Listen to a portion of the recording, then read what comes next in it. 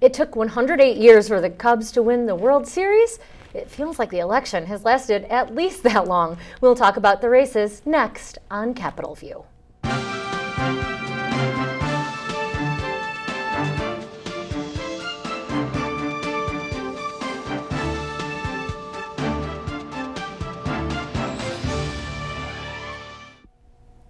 Well, it's the final countdown before Election Day on Tuesday. We'll spend the bulk of this program talking about what you need to know if you are one of the people that hasn't yet cast a ballot. So many early voters have already done so. I'm Amanda Vinicky, State House Bureau Chief for NPR Illinois and Illinois Public Radio, and I have the privilege of sitting next to two of the smartest guys in Illinois politics, and there is a whole lot of history and knowledge at this table right here.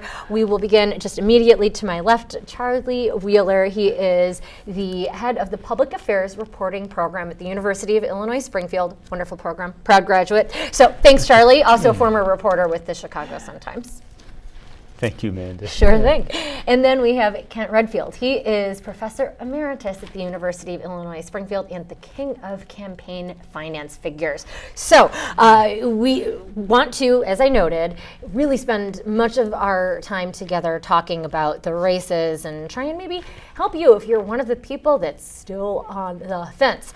But there was, of course, action in Illinois politics this week, and I'm not just talking that Friday is officially the World Series Cubs Champion Day. That's a declaration from Governor Bruce Rauner, but actual political news, starting with Illinois has long had another championship title of being crowned the worst funded pension system in the nation. No longer, Illinois has passed off that crown to New Jersey. So, Charlie, let's get started. Just briefly, how did Illinois get to this spot, and should we be celebrating that we have fallen in the rankings? Oh, goodness. How did we get to this spot? Well, we basically got to the spot because for almost as long as it took the Cubs between World Series championships, the state has not been putting into the retirement systems for which it's responsible enough money to cover the costs of benefits earned for the future by teachers, by university employees like Kent and myself, by state employees, by judges and lawmakers. And so over time, that unfunded liability has built up to the point where it's in excess of $100 billion. Yeah, that's the difference between 119 billion, in fact. At the moment, yeah. And what it represents is if you look at everybody who's covered by these systems, and the largest system is the teachers' retirement that covers all teachers, elementary and secondary teachers in public schools outside the city of Chicago, it's the difference between the benefits to which they are entitled and the money that is likely to be there to pay those benefits over time. And as a matter of fact, the teachers' retirement system is, its actuaries have said that under a funding law we adopted almost 20 years ago, I guess more than 20 years ago now, you're supposed to put aside a certain amount to ultimately reach 90% of the money needed being there by 2045. And so for next year, for fiscal 18, the teachers' retirement system says we need, under this formula, we need to set aside roughly $4.76 billion, I believe was the number. And they also pointed out... So a lot more than this past year, which of course comes at a time where Illinois is under great budget pressures already. And they also pointed out that includes less than $1 billion to pay for the benefits that will be earned in that year, and the rest of it, almost $4 billion, is to make up for money that was not put in the funds in past years and therefore did not earn interest, and the interest is missing too. And so it's been a long ongoing problem, and yeah, I guess it's nice that we've been replaced by New Jersey as the worst basket case for pensions. I suppose one... But the problem isn't going away. Yeah, and one nice thing about it is it's not something that we have to pay immediately. And this 95 law I referred to has it set that we'll keep paying more and more and more until ultimately we'll be with 90 cents for every dollar that's required to be paid out. And I think that's good that we don't have to do it all at once. And I liken it to a homeowner. I have a mortgage. If I had to pay off my mortgage tomorrow, I'd be, on the street corner pitching a pump tent. But because I have time and I make my monthly payment, ultimately I'll get the mortgage paid off. And we'll see, this is something that we may see legislators take up either in the veto session or perhaps in the lame duck session, because Chicago Public Schools is counting on something to pass when it comes to pensions, because if that doesn't happen, they are set to lose out on millions of dollars, hundreds of millions of dollars, in fact, from the state of Illinois. So we'll perhaps be seeing that, but that comes after the election. So just, do you have anything you want to add on this before we? And so, we deal with the problem either by getting more revenue to pay this down, or by finding some way to get around the Supreme Court decisions that restrict us from limiting benefits not only for retirees, but for people who were hired before 2010. And so there's supposed to be this long-awaited bill that's going to do something with current employees to somehow reduce their benefits, which may or may not pass constitutional muster. And I'm sure after this very bloody legislative elections, $70 million being spent beating up on each other, that everybody's going to return to Springfield in just the best mood and to there's going to be a lot of trust there. Tackle all of these problems. So it's one more thing that we're going to have to get to.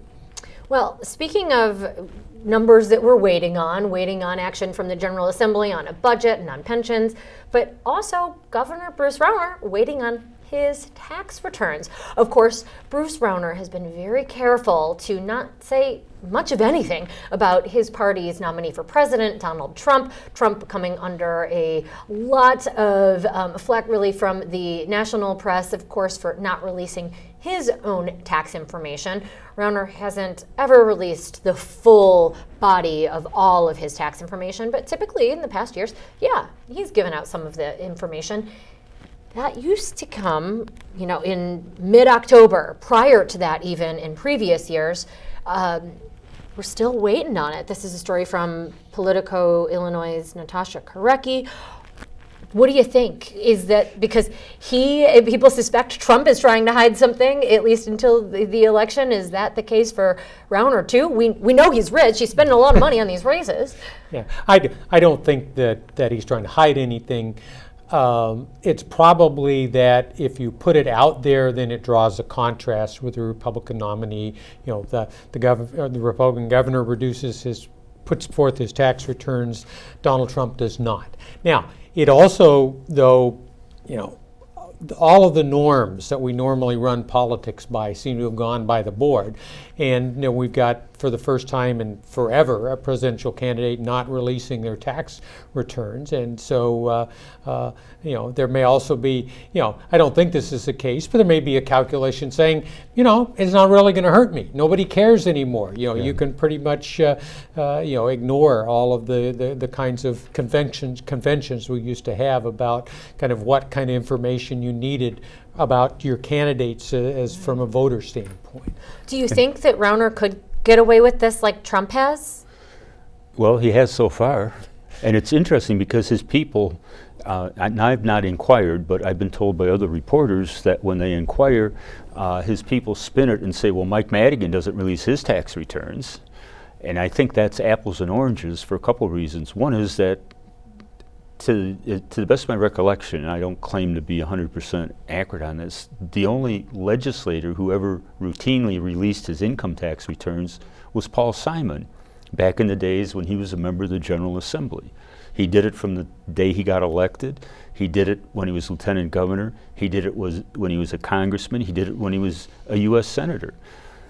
But other than Simon, I don't recall any lawmaker releasing their returns. Do you guys? Well, I know that his daughter, who now is actually in a tight race for an Illinois Well, Senate yeah, seat well, in she Southern did. Illinois, she has proposed trying to tighten up any conflict of interest restrictions Mm-hmm. on legislators and also trying to open what they need to declare in terms of any Well, any potential she- financial information. She disclosed her babysitting income. Right. You know, when she was a little girl. So that's part of the DNA of the Do you just Simon think family. it's different, though, that legislators are at Well, a different level than a and, governor yeah, and a and one presidential of the candidate? differences that a legislator, a senator is one of 59, a representative is one of 18. Even Now, when you're Speaker Madigan? when you're Speaker Madigan, let's say you control the Democrats in the House. The Republican leaders, and in this case it's Bruce Rauner, controls the Republicans. But you also have a Senate, and there is a Senate president. And the Senate president and the House Speaker aren't always on the same page. Senate President John Cullerton, the current president, and Madigan are pretty close allies. But Madigan, for 10 years, had to deal with Pate Phillip, who But was you a don't Republican. think he should have to release, Madigan should don't have think to it's the release same. his tax returns, not the same because of that division, even though he's also head Yeah, of the be- party, even because- though he has this law firm? Because he does not have the same power to influence policy as the governor does. Madigan heads one half of the legislative branch. Rauner heads probably, well, if you want to look at the numbers, he heads most state agencies. He appoints the boards that oversee higher education. The limited roles that the other constitutional officers play aren't nearly as significant as the role of the governor. And so it's, Yeah, go ahead. I mean, the bigger point is this is a transparency issue, and Yeah. it has to do with conflicts of interest. And so governors and legislators and state employees fill out statements of economic interest. They're terrible. They're incomplete. They're worthless They tell in you terms nothing. of Yeah. they tell you nothing. They'd be And good for starting a fire. So and so a tax return is a way to put more meat on the bones in terms of that issue of transparency and conflicts of interest. I'm not so sure that the best thing is to require everybody to release their tax returns, because you got to be a tax lawyer in order to understand them. But if we had financial interest statements that made sense, that you could get some sense of where are the areas where if someone's voting on a piece of legislation, it might have an impact on their finances, their family's finances, combined with information about contracts, combined with information about campaign contributions, we could do a much better job of having the information out there to connect the dots. And that would also, if you knew that somebody was watching and was able to connect the dots, you would be more circumspect about, how you were behaving and stuff. So, there is this larger issue about how do we get the kind of transparency we need so that we know that legislators are representing their constituents rather than, their contributors or their bank account. yeah, and I would say income tax returns in and of themselves won't tell you that. Particularly when typically what a lot of people will do when they do release, they'll do like the first couple pages Right. of your 1040 without the attachments that really spell out how the numbers on the first page were arrived at. I'm somebody who does my own taxes, for better or for worse, and I hope the IRS isn't listening and figure we better audit this guy if he does his own. But I do. You're For me, trustworthy. it's pretty simple. I don't have a lot of complicated investments, and I don't have a lot Rauner of. surely does. Oh, sure. I mean, if he released the whole thing, it would maybe be 500 pages. Who knows? And I'm guessing the governor probably doesn't know all the details himself. He has people who are professional CPAs who do it for him. He signs the bottom line. He and his wife will sign the bottom. I assume they file jointly. Right. But as Professor Redfield noted, this is a matter of transparency. That's really what a lot of campaign finance is about, or at least, what you hear from advocates of let sunshine be the best disinfectant, right, Professor Redfield? Sure. So what are we seeing there? There's so much to talk about when it comes to what both Rauner and other entities are spending on this year's election. So let's move there. Okay. Because that really is, I think, one of the big takeaways of this election cycle, right? Yeah. Is We're the in money. So put that in perspective. We're in a completely different era. I mean, if you look at the amount of money that comes into Illinois elections, we just had a governor's race 2 years ago. We spent $117 million to elect a governor in terms of the primary and the general. More than double of what we'd ever spent on a gubernatorial election. We're now going into legislative elections where the old record for a Senate race was a $4 million race. We're going to have probably a couple of $5 million Senate races, at least one or two $4 million Senate races. In the House, the old record for spending in a House race was $2 million. We're going to have a $5 million House race, four $4 million House races. We will probably have 11 House races that will exceed the previous record for the most expensive general election race for the House in Illinois history. So, and where this comes from is the governor. Let me just say, I gotta whistle. Those numbers are insane. It is. It's staggering, and the governor and Bruce Rauner, Governor Bruce Rauner, Ken Griffin, and Richard Uihlein, who are two very wealthy individuals who back the governor in terms of these political committees and all of those things. The three of them have contributed more than $60 million to Illinois candidates and political committees in the last 2 years, from 2015 to the current time. And what has happened is what happened 4 years ago in the governor's race. 2 years ago in the governor's race, when Rauner was putting his own money in, big labor stepped up their game and put money into the system. This time around, you're seeing the same things. You're seeing a huge increase in the amount of labor money coming in, $40 million worth of labor money probably. And so all of a sudden, you've got legislative elections are not about who should represent Kankakee County, but rather they become proxy wars between the governor, who's self-funding all of this stuff along with his billionaire friends, and the Speaker of the House, backed by labor. Although, again, labor money goes to Democrats and Republicans. But more really these days. Is that still the case, or are we seeing labor money go really more now to Democrats? No, I think that because of what's involved. The stakes are, in the governor's turnaround agenda, a frontal assault on public employee unions and efforts to restrict the power of trade unions. And Republicans have stuck with Rauner in that fight, and so therefore you've seen some of the unions that might have backed a Republican in prior years moving away from that, save for the rare Republican who instead sided with Democrats, looking mainly at Sam McCann, who had a really tough primary. Yeah, and so, a Republican senator went against the governor on one vote, and the governor put money into a committee that put money into another committee that spent $3 million against it's like the legislative equivalent of going Al Capone on somebody, a sitting Republican senator a Republican governor trying to take out a sitting Republican senator in the primary. Because of one vote. Because of one vote. So it is, you're seeing all of these super expensive races, and again, the local issues, the local community, the idea of representing a district kind of gets lost. Well, okay, I want to touch on that because it's like so often we throw around the word proxy war, 2 words, I guess, the term, and that's in a sense what it will, to me, result in, given how partisan, for the most part, votes have been when it comes to the governor's agenda and what that means in the future.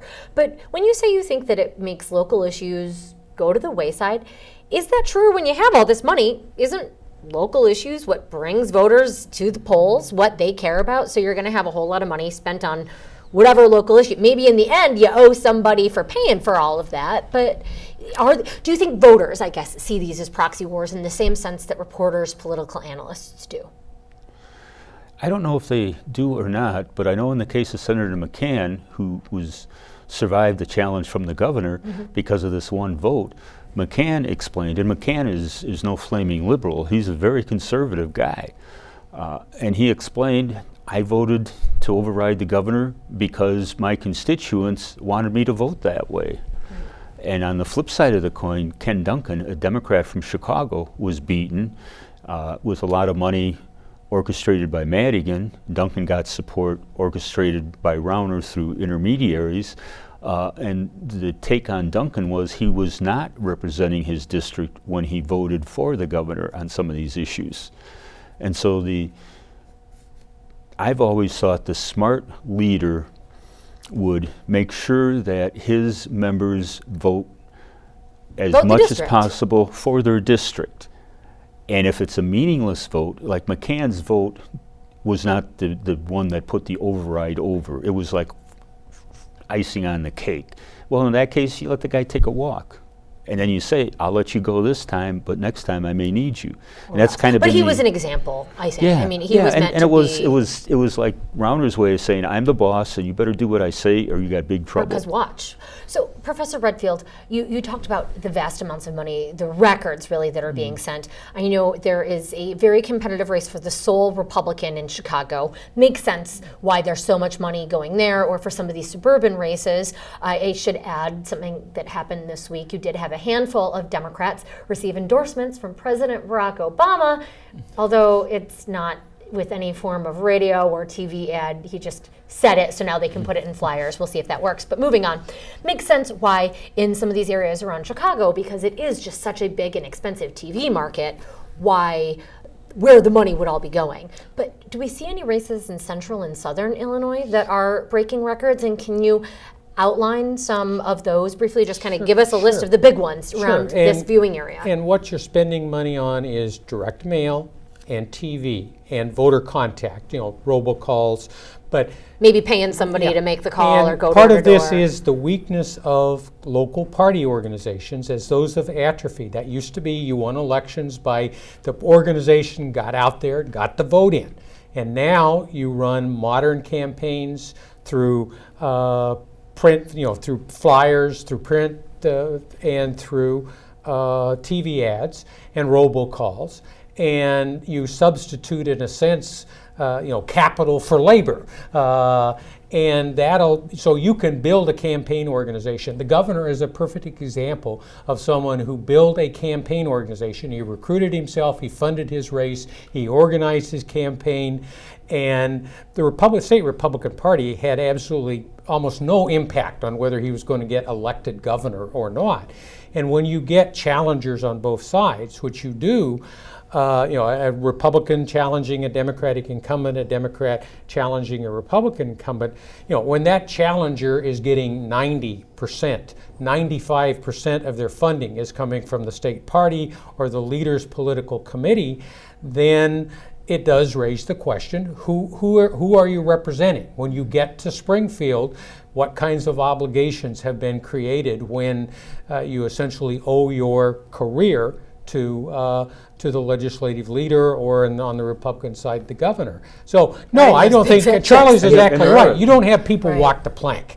You don't want to have someone cast a vote that makes them unelectable, but it does mean that we're further centralizing power in the hands of legislative leaders. On the Republican side, it's the governor through the legislative leaders. Well, we've seen that come up in some of these local races, looking at two Republican incumbents, for example, Sarah Wojcicki-Jimenez and Avery Bourne, both Republican representatives who were appointed de facto by Governor Rauner. That's part of their opponents' message against them. Are those some of the big money races? And I don't know, are we surprised that, given how much, for example, some of these union votes have taken a toll on Sam McCann, not them. We only have like a couple minutes left, so real quick there.